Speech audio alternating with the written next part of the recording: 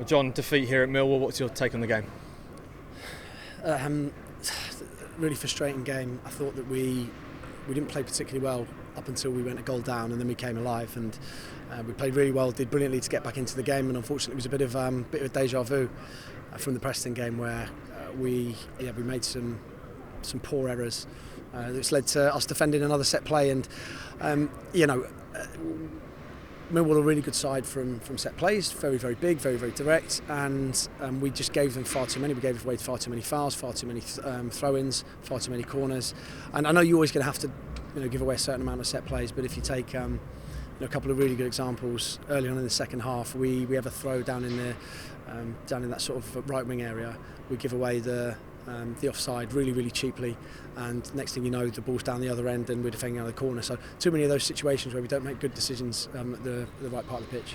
How frustrating is it that you stood here talking about the similarities and the deja vu moments to a couple of weeks ago where the same thing happened? I can't believe it. We worked so hard to get back in the game again.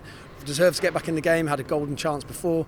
We equalised and just shot ourselves in the foot. So yeah, I can't quite believe it. Like you say there, equalise on 80 minutes and look good value for a point up to then. Yeah, but it was the same story against Preston, so we should be walking away from these two games with 2 more points. It just changed the complexion of the league table, but we haven't. Nothing particularly in it at half time. What did you say to the players?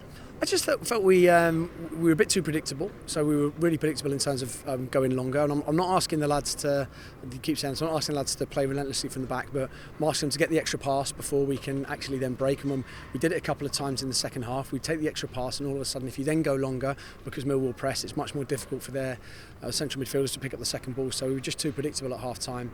And without Millwall really creating anything, we had to defend too many set plays. And we had to defend. And every time we had an opportunity at the top end of the pitch, I thought apart from Colby's chance, we didn't show enough quality, and we get dispossessed, we get broken on. We needed to be a lot better. And when we showed that in moments, particularly when we went a goal down, you can see what a good team we can be. But when we're off it by 5%, then it goes in the opposite direction. What do you make of the impact of your subs? Yeah, really pleased with the impact. I thought Christian came on and changed the game. Harvey showed what he can do out on the right wing there. Instrumental. In the goal there, and I thought Marlon brought on a sense of calmness at the back as well. 2 changes to the 11 to go into the game. What was the thinking there? We had, I thought it was going to be a more physical game with Terry coming into the middle. Zach's struggling slightly with a heel injury, so we brought Jordan in. Those are the changes that I was thinking.